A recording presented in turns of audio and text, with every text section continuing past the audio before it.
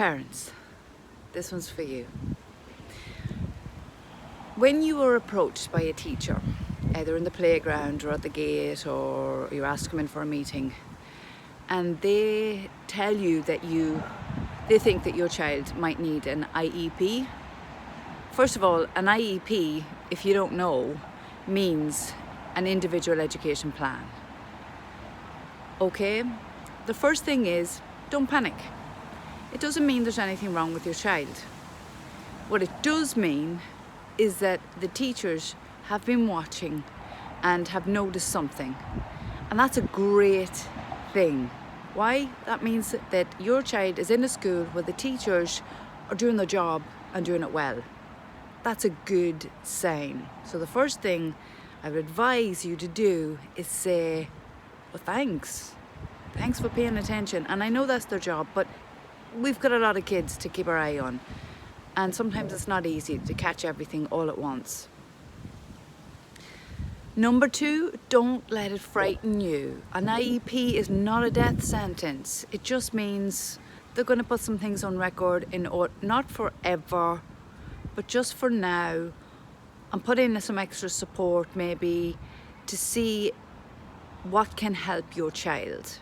So it really does depend on what it is that they think that they're struggling with. So for example, I'll give you an example. If they maybe were struggling with literacy, they're not learning their high frequency words as quickly as they're supposed to, or their pronunciation or their blending is not going as fast as the others, or they're showing some memory issues, if they're showing some memory differences, then this is some little flags for dyslexia. Doesn't mean your child has dyslexia. Does not mean that. Could also mean that your child is a poor comprehender, and that's different to dyslexia. It's nothing got to do with being dyslexic, okay? If they're running around all the time, showing a lot of excited behaviour, they could be thinking about ADHD.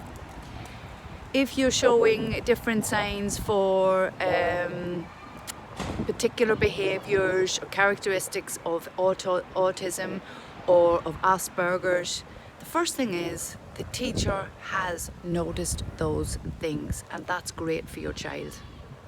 The second thing is they're going to take steps to help them, and that's brilliant. The third thing is teachers and parents need to be together and united for whatever age that child is, because children and teenagers will divide and conquer, and that's no good for anybody, not children, not parents, not teachers. You need to be united. But here's a piece of good advice for parents. Find out a little bit more about what it is that you've been told. Because sometimes you might be given the information, you walk away from that meeting and you don't really know what it is that you're being told. You don't really understand what that means. So do a little bit of research. If it's dyslexia, if it's literacy, don't let any school jump straight to diagnosis. Number 1, it's very expensive. Number 2, straight to diagnosis can mean overlabeling or not catching it at the right time. Your first step is to be screened. And make sure they're at the right age for screening. Make sure that there has been a profile built on your child, on your learner, okay?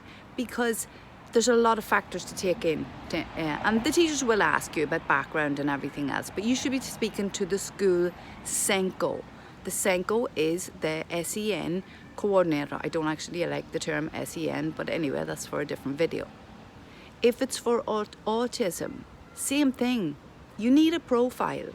If it's not just 1 or 2 little things. You need to have a whole picture of what's going on with this learner. And family background and everything can have a lot to do with it.